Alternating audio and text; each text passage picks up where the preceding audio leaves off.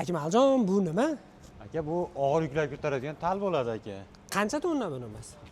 Bu 3,5-4 tonna atrofida chiqadi. Hozir ikkita ekan, bu zdaniyamiz og'ana tushib ketmaydimi og'irligidan? Aka, 10 ta qo'ysa ham buni ko'taradi aka. 15 yil, 20 yilgacha garantiya beramiz, xudo xolasa. Orasi qancha bunimiz? Orasi 16 metr, Aha. uzunligi 50 metr aka.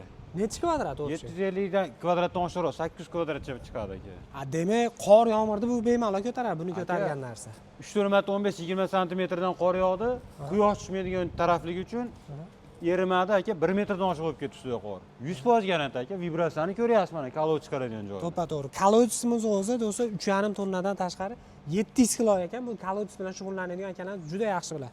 Undan tashqari demak katta zavodlarda ham qilib beraverasiz. Bundan ham og'ir yuk ko'taradi. To'yxona, molxona, qanaqangi sklad, angar zavodlari bo'lsa, har qanaqa zavodlarni yopib beramiz aka. Ustunsiz necha metrgacha yopib berasiz? Aka, ustunsiz rost yopgan joyimiz aka 25 metrgacha yopganmiz aka. U obqochi 30 metr, 50 metr emas aka.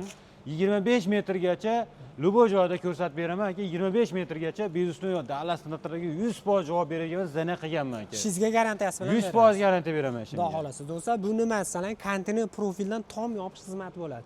Mana shu joyimizda общий 750 kvadrat metr ustakalarimiz qilib berishgan.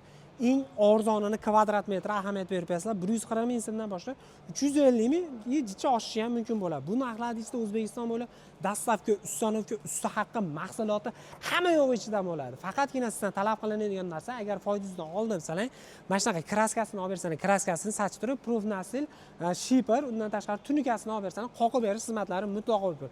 Kimgadir shunaqa tom yopish xizmati kerak bo'lsa, pastda usta akamiz Akmaljon nomerlarini qoldirdik.